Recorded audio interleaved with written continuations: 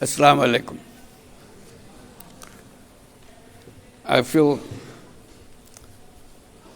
very unfortunate that I'm not a participant in this gathering, rather treated as an outsider who comes and goes away.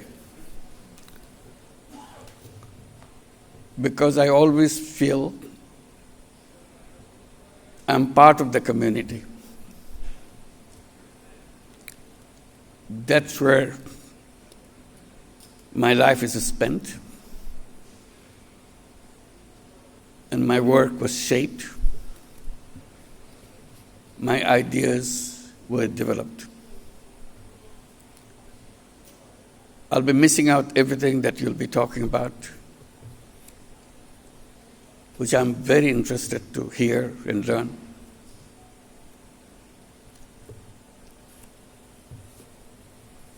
And I want to thank World Bank for organizing this. This was our responsibility to organize, but we failed. World Bank has to step in to make it happen. That way I feel very deprived, very frustrated that we couldn't do it. It was part of our plan, part of our responsibility in the past to organize this as a part of SARC. SARC is a word, is forgotten. That's a shame on us. This was supposed to be the idea of SARC, that we get together and make exchanges and learn from each other. For some very difficult to understand reason, we have to stop that. And ever since I has taken the responsibility in the government, I'm repeatedly reminding that we must get back to SARC. That's where our family belongs to. And I will not give up repeating that appeal to the governments of the region.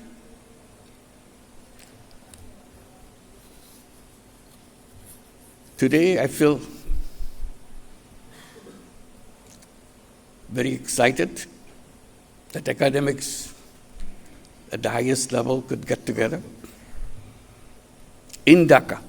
It's important that this is Dhaka. I hope you will have a chance to kind of review the things that happened in Dhaka in the past few months. That will clarify what this university education is all about, or education as a whole is all about.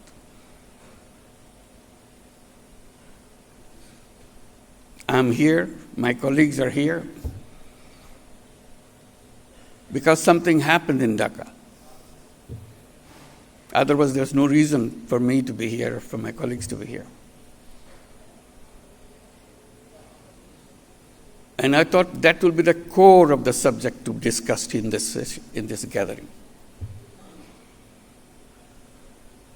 Who are these young people that we are dealing with?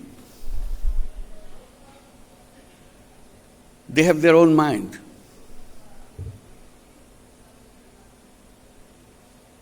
They stood up and raised their voice and brought down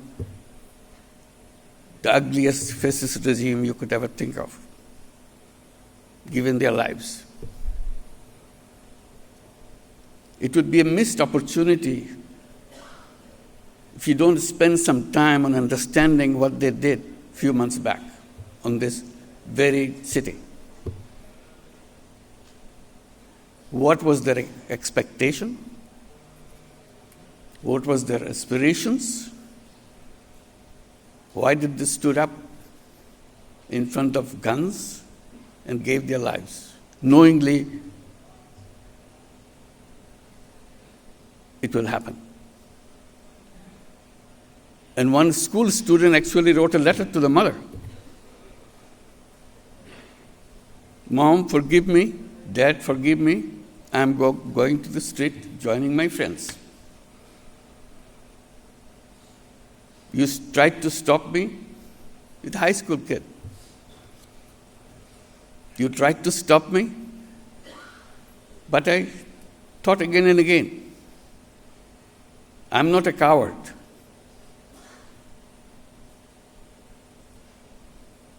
My friends are on the street, they are giving their lives. I cannot hide here sitting and hearing about that. So I'm leaving. Forgive me for that. If I don't come back, please forgive me. So it was not sudden outburst. It's very pre-planned things. I wish you will have some occasion to see the videos of the things that happened in the city of Dhaka. These are not new. It happened in Sri Lanka. It just happened in Nepal. It happened in a big way in Dhaka.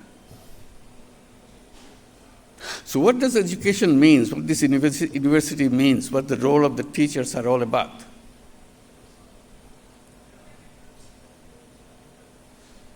So they are the ones standing in front of the students trying to calm them down. Didn't listen. Gave their lives and made it happen.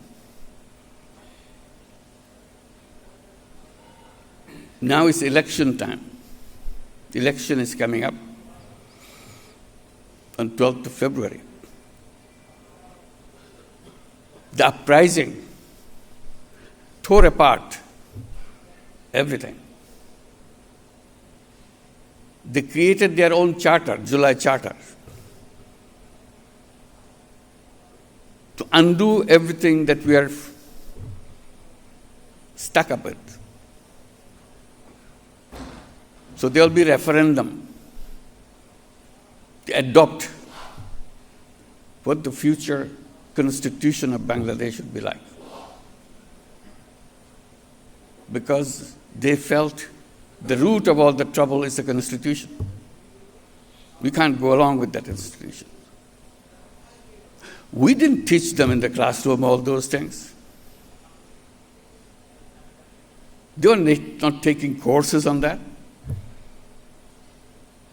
So where are we in the university? Who are we talking to? Today,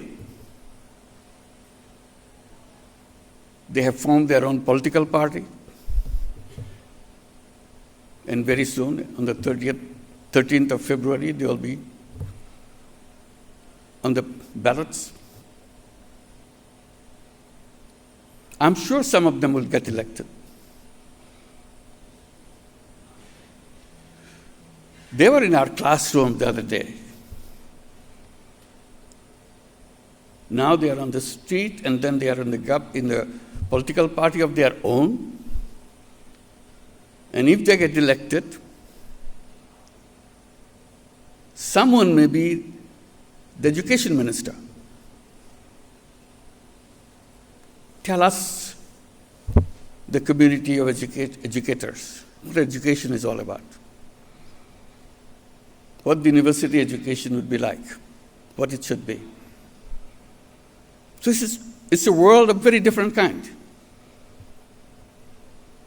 So we have to pay attention to what's going on and what is coming up. Old ways of doing things is a self-destructing mechanism. We have to do it quickly, as they have done quickly. July, August, uprising. Now January, This was 24, this is 26. That's it. So this is one issue. I hope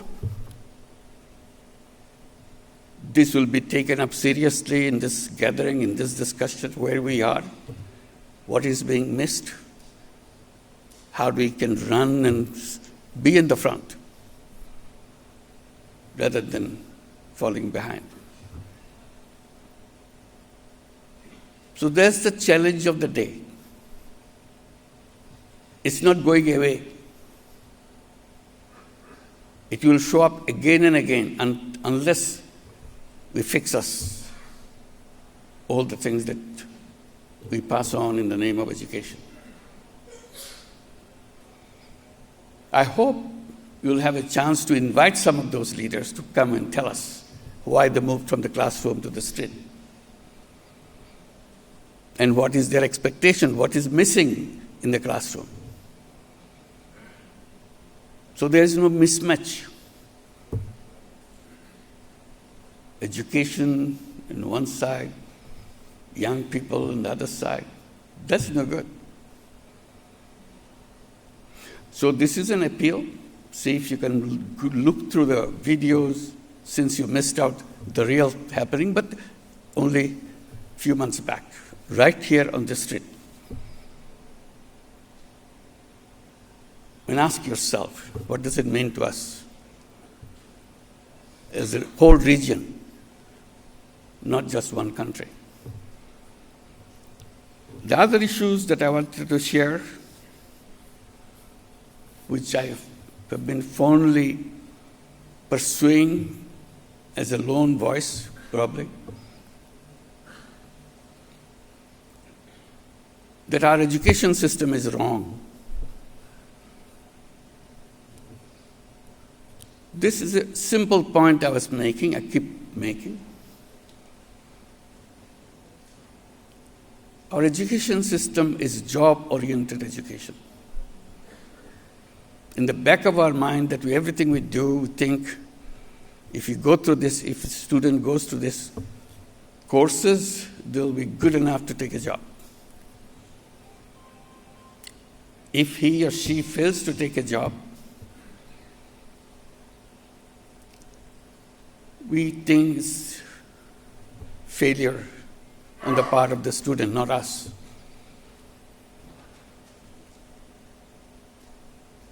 Why do we design a job-oriented education? That you have to have a degree to go to the job market so that they find you appropriate candidate.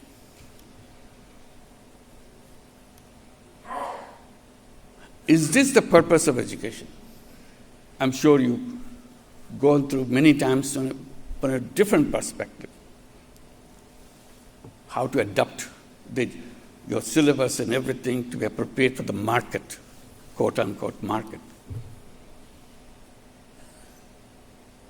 My position always has been, human beings are not born as slaves. Each human being is a free person. Job comes from the tradition of slavery. You slave for somebody. You don't like the job, but you do it because they pay you. That's slavery.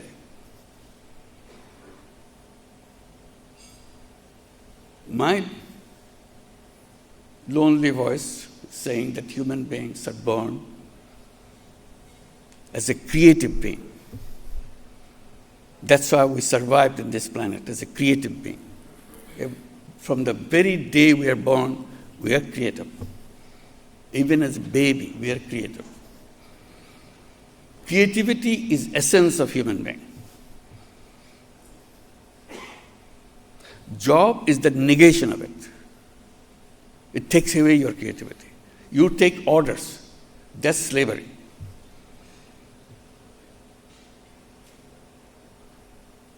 These young people who marched on the street, they refused to be slaves, refused to take orders. And that's where the conflict began. So what kind of education that you will be giving? This is a question I raise with you.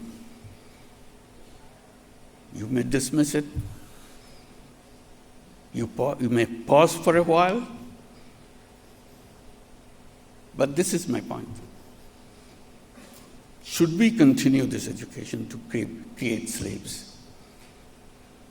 Turning creative being into slaves, that's a criminal job.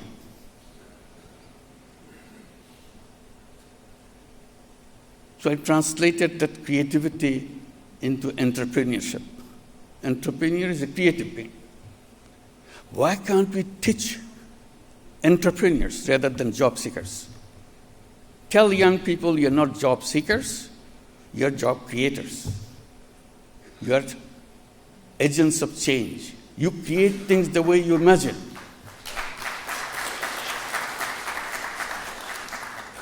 Imagination is the essence of human being. We discredit it. We say, no, not imagination. Be practical. Human beings are not born to be practical. They are born with enormous power of imagination. That's what drives them, makes them fall crazy. That's why they gave lives, imagination. They had nothing on the street. They had an imagination. We want to build a new Bangladesh. That's their slogan. And they were committed to it, didn't give up. Older people telling them, no, you go back to school, get some jobs. Uprising is over. Fascist regime disappeared. Now go back. They said, no, we're not going to go back. We came here for a purpose, not just throwing away a regime. We want to create the country in the imagination that we have. As you go around in Dhaka city, you'll be doing probably between sessions or after the sessions, you'll see the walls on the street. Every wall is painted. Still the painting is on. These are not artists. All these young people are not artists. Just the kids from every family. Family is not a rich family. Very mundane, everyday family is struggling with their life. The kid is coming out, having some imagination about what the country should be. That's all. Burning idea in them. So while they are fighting on the street, giving their lives, they are painting on the wall. What's wrong with this society? They draw pictures. They're not painters. They've never painted anything before. But this time they did. It's all there. Amazing expressions. You don't have them in their textbooks. They never learned from any poem or anything. Just figured it out, what this is all about.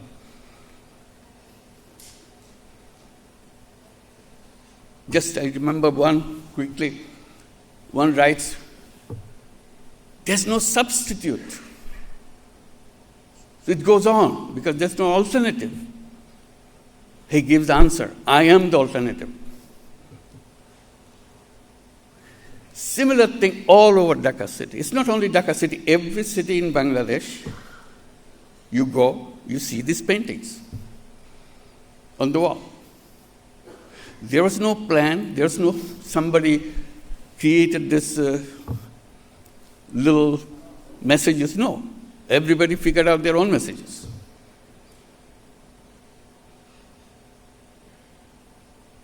They just go to the little shop on the street, ask for money.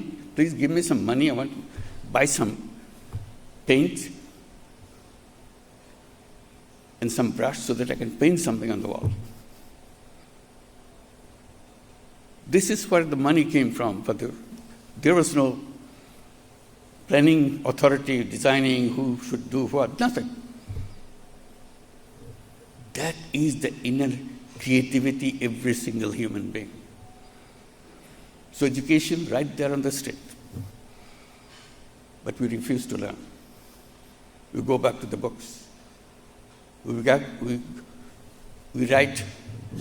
learn how to write a good application for a job. That's the mismatch. I hope we could debate and discuss what education should be. Students have not raised that issue yet. They're so busy with the political issues. But someday they will raise that issue. What is education? Why are you teaching this? Who needs it? They will define what the education should be. And you should help them. Because we failed. We failed to help them grow up in their imagination. Make them imagine, make them go for it. Because that's what life is all about. Imagine and make it happen. I hope you'll have a chance to go through this from the videos or even inviting some of them. They will feel awkward because big professor sitting in front of students to listen. They may mumble. They're just like any other kid in your classroom. They're scared of their teachers. But because of the uprising, they may have hardened a little bit. I'm not talking about boys. I'm talking about both boys and girls. You listen to those girls who were pushed in the back of the home. Now they are leading the nation. Same girl. Not a different family. Same girl who are taught again and again, don't do this, don't do this. You're not supposed to do this. She's on the street, speaking out her mind. So you're in the right place and see what it means to our region. Our region is a one totality. It's not pieces that doesn't fit into the picture. It is a one whole picture. We work together. We learn from each other. We are a family. Politicians make them forget that. So we have to rediscover ourselves. Thank you. I'm very happy to be with you. Sorry for all this on-the-spot remarks. I hope it will mean something to you. Thank you very much.